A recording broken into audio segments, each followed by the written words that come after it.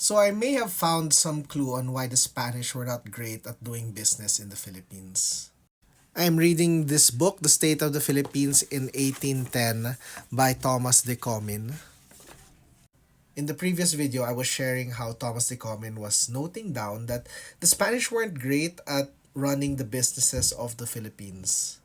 But it seems that one big reason is because of the Acapulco trade. He notes that a lot of the industry was used for internal commerce, meaning that the productions were just used within the Philippines. But for trade outside of the Philippines, there was a big problem. And that was goods were only sent to Mexico, and there were big restrictions on the trade between the Philippines and Mexico. Scarcely will it be believed in the greater part of civilized Europe that a Spanish colony exists between Asia and America, whose merchants are forbidden to avail themselves of their advantageous situation. Spanish merchants could not use the fact that they were in the Philippines. They had to still trade with Mexico, so there were so many restrictions. It is a necessary condition that every shipper shall be a member of the Board of Trade and therein entitled to a vote, which supposes a residence of some years in the country, besides the possession of property of his own to the amount of $8,000.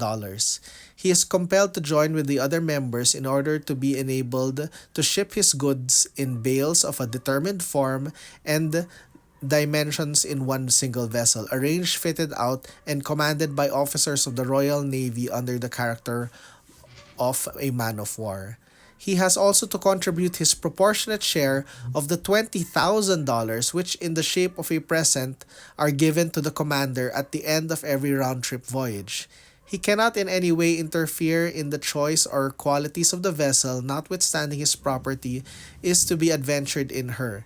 And what completes the extravagance of the system is that before anything is done, he must pay down 25 to 40% for freight according to circumstances, which money is distributed among certain canons, aldermen, subalterns of the army, and the widows of Spaniards to whom a given number of tickets or certified permits to ship are granted. So it seemed trade was heavily controlled and heavily regulated, and that's why it really wasn't profitable, or it didn't make so much sense to do well in business because you couldn't really ship out that many goods anyways.